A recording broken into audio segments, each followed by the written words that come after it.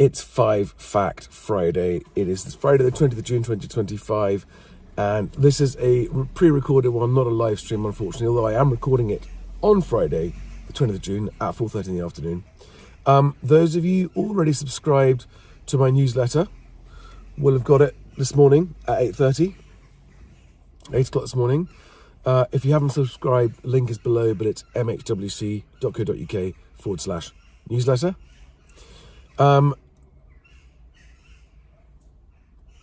There are actually 7 facts this week.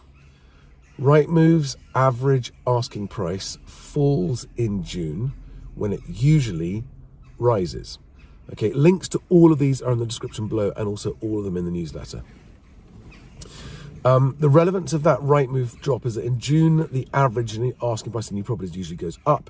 It went down. It's the first time it's done that since 2011, and it was the largest drop since 2011. Coupled with the fact that year on year asking prices have only changed by 0.8% on Rightmove, which is a leading indicator, is really interesting because normally it's way up, way up higher than that. So it's a leading indicator of a weakness in asking prices, just asking prices. So remember that actual prices are always quite a long way below that. On the Best Agent site, we've got a £43,000 difference between the median asking price of unsold stuff and the median asking price of sold stuff. That's 300 grand. That's fact number 1. Fact number 2, in lettings, new tenant registrations are down 28% compared to pre-lockdown and down 70% in 1 year. That's data from Hamptons. It's an in-depth article and survey on the UK rental market. Definitely worth a look if that affects you. And it's got a breakdown by region of all the year-on-year increases in new rents and price changes on existing rents. Check it out. Number 3, Poundland is being sold for €1, less than £1. There's an irony there, isn't there? And unfortunately about 1,000 jobs to go there. And the reason I've included that in 5 Fact Friday, which is all about having the most significant facts affect the housing market, is that's a really powerful indicator of what's happening in the economy. The Poundland has gone bust effectively. Number 4, and this is also, I put a post on X about this. It's my most viewed post on X this week. An agency using land registry data reports central London prices crashing. And they were saying that a shock 60% fall in prime London property sale prices, and house prices 47% down in Chelsea. There's the post. Go and check it out. It's in the newsletter if you haven't seen it, or it's on X. But the point being, it's really worth understanding that localized house price collapses are already happening. Doesn't mean it'll happen everywhere.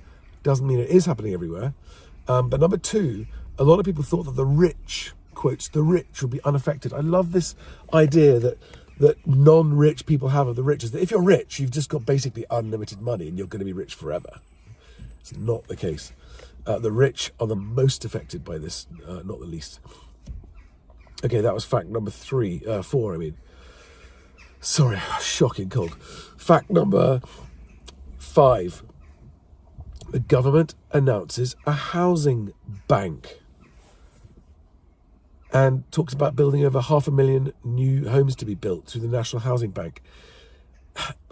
But as usual with this government, it's very light on the detail. It doesn't say whether that's 500,000 included within their 1.5 million target, whether it's separate. It doesn't say how many of them are going to be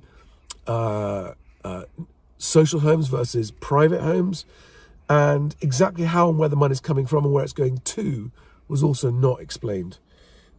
If this government had successfully achieved any beneficial change that it set out to, I might take this more seriously, but at the moment it's just more empty, hollow promising of private finance initiative, which worked really badly on the last Labour government. So at the moment I don't think it's good news, but it's good that they're trying. So effort to be applauded. Okay, fact number 6. I told you we've got 7 this week. At the end of this, I'm going to wrap it up with my thoughts on all of it. Fact number 6, the ONS continues to mislead on house prices. Now, yesterday morning, at the same time as ONS inflation data was put out. They put out house prices, and it hardly got any coverage. I think only the Financial Times covered it, and maybe the Guardian, but no one else did, which I find bizarre, especially when the headline that was not included anywhere in the ONS's bulletin, but would have made great clickbait for newspapers had they bothered to just look at it, is that month-on-month prices dropped 2.8% or £6,000. And that's the biggest monthly drop since the start of COVID, when the market initially just collapsed, right? That is a big monthly drop. Yes, of course, it's partly to do with the stamp duty cliff edge, but also because land registry data is lagged, and this is for April, it's for deals that were agreed typically 2 months before that, so in February. So for deals agreed in March and then deals actually agreed in April, we can expect, assuming that the ONS actually reports accurately, those prices to continue going down faster. I'm not saying that's what the ONS is going to report, because the ONS reports whatever it feels like reporting and then changes whatever it feels like it later and doesn't tell us. And then number 7, so the inflation costs came out, and headline inflation, a CPIH, is at 4%, which is double the target, which is still painfully high, but none of us have 4% inflation in our lives. We've all got much higher. We've got owner-occupier housing cost inflation, which is at 6.7%. Mercifully falling slightly, but it is still very high. And I think this is a major part of the weakness in the housing market, is that the costs of living in a house are going up every year, currently at around nearly 7%. And so that's why a lot of people are being forced to sell, which is why we've got record numbers of properties for sale. Now, I haven't had time because of this week, various things this week, unfortunately, family funerals and the like, and not feeling very well and lots of travel. I haven't had time to properly reflect and do a deep dive on this, but the chances of what some people would call a house price crash happening in the next 12 to 24 months are higher. And I'm still saying a slide, not a crash. But what I'm saying is, but the chances of a crash are looking a bit higher than they were. And anyway, even if there is what other people would call a house price crash, which I don't want, I don't think it's a good idea, because more people get damaged by that. Even if it happens, it doesn't, unfortunately, for first-time buyers watching, it does not mean that all prices across the market collapse and crash at an equal rate. They don't. They crash much harder and further when they are the higher end of the market. At the entry-level, first-time buyer end of the market, that's where you see the smallest falls in a house price crash. Obviously, if you're a first-time buyer and you're waiting for that, that's going to make you rub your hands with glee. But don't forget that once you've bought a property for the rest of your life, you'll be someone who enjoyed the karma of a house price crash, and that's just waiting to pay you back one day. So just remember that, right? I don't wish a house price crash on anybody, but I do want better affordability for everyone. So guys, forgive the brevity this week. Needs must. Please make sure, if you are buying a home, always buy a home if you need one and want one, right? And if you're a first-time buyer thinking, but hang on, what if house prices crash?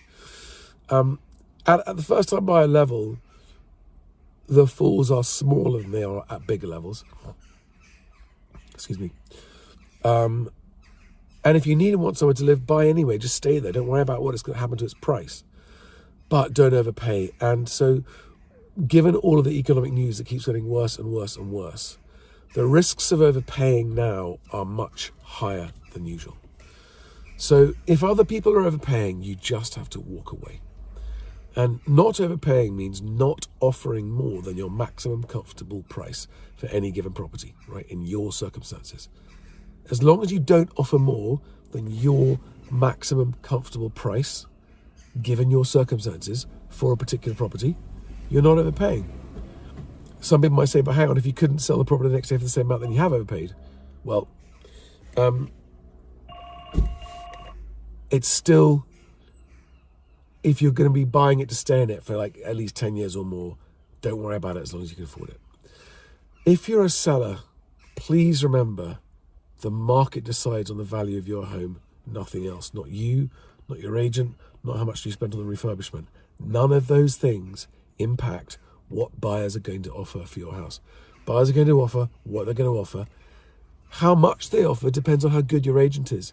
And if an agent struggles to get you one offer, you're not going to get as much money for your home because you haven't discovered the market for it properly as you would get for it if you got a proper agent that knows how to discover the market and gets you lots of viewings to the door and competing buyers because they price it realistically. And in this particular market, I would be choosing agents who are putting the lowest marketing price on it. The lower marketing price, the large number of buyers, that's what I'd be doing. On that happy note, have a wonderful weekend. Stay cool, don't overheat in this heat wave. It's just a heat wave. It just used to be called summer, didn't it? Have a great one, and I'll see you.